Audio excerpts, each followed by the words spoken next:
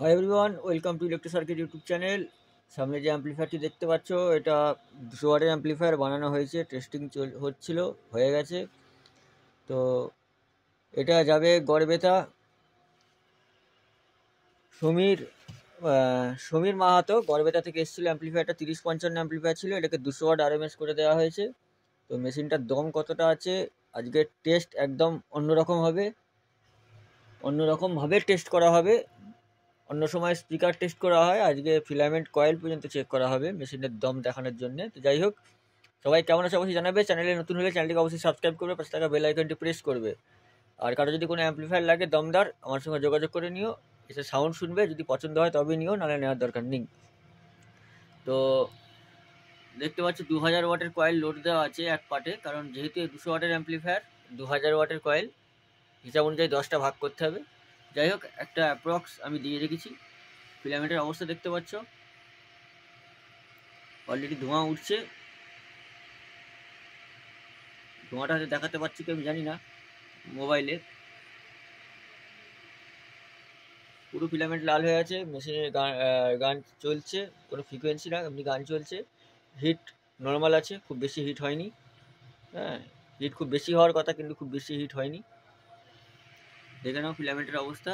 আর দেখিয়ে দিই, এটা আমার বক্সের তার একটা খোলা আছে, বাজালে বুঝতে পারবে। আর এই যে নীল আর হলুদ, এই নীল আর এখানে হলুদ, 2000 ওয়াটের ফিলামেন্ট এর মধ্যে লাগানো আছে। তো দেখে নাও ফিলামেন্টের কন্ডিশন কী আছে, দেখাচ্ছি রজন দিয়ে। যাই হোক, তো চলো এবার তোমাদেরকে গানটা শোনাই, বাকি বিস্তারিত দেখে নিচ্ছ ফিলামেন্টের অবস্থা। এটা আমি ভিডিওর মাঝখানে বা লাস্টে দিতে পারতাম, আমি প্রথমে দিলাম। প্রথমে দেওয়ার কারণ হচ্ছে ভিডিওটা স্কিপ না করে দেখবে, আর সাউন্ডের কোয়ালিটি কী আছে, কত লোড দিয়ে বাজাচ্ছি সব বলে দিচ্ছি। তো চলো গান শোনাচ্ছি। এটা ব্যালেন্সের জায়গায় মিট করা আছে, এটা হচ্ছে বেস, এটা টোন।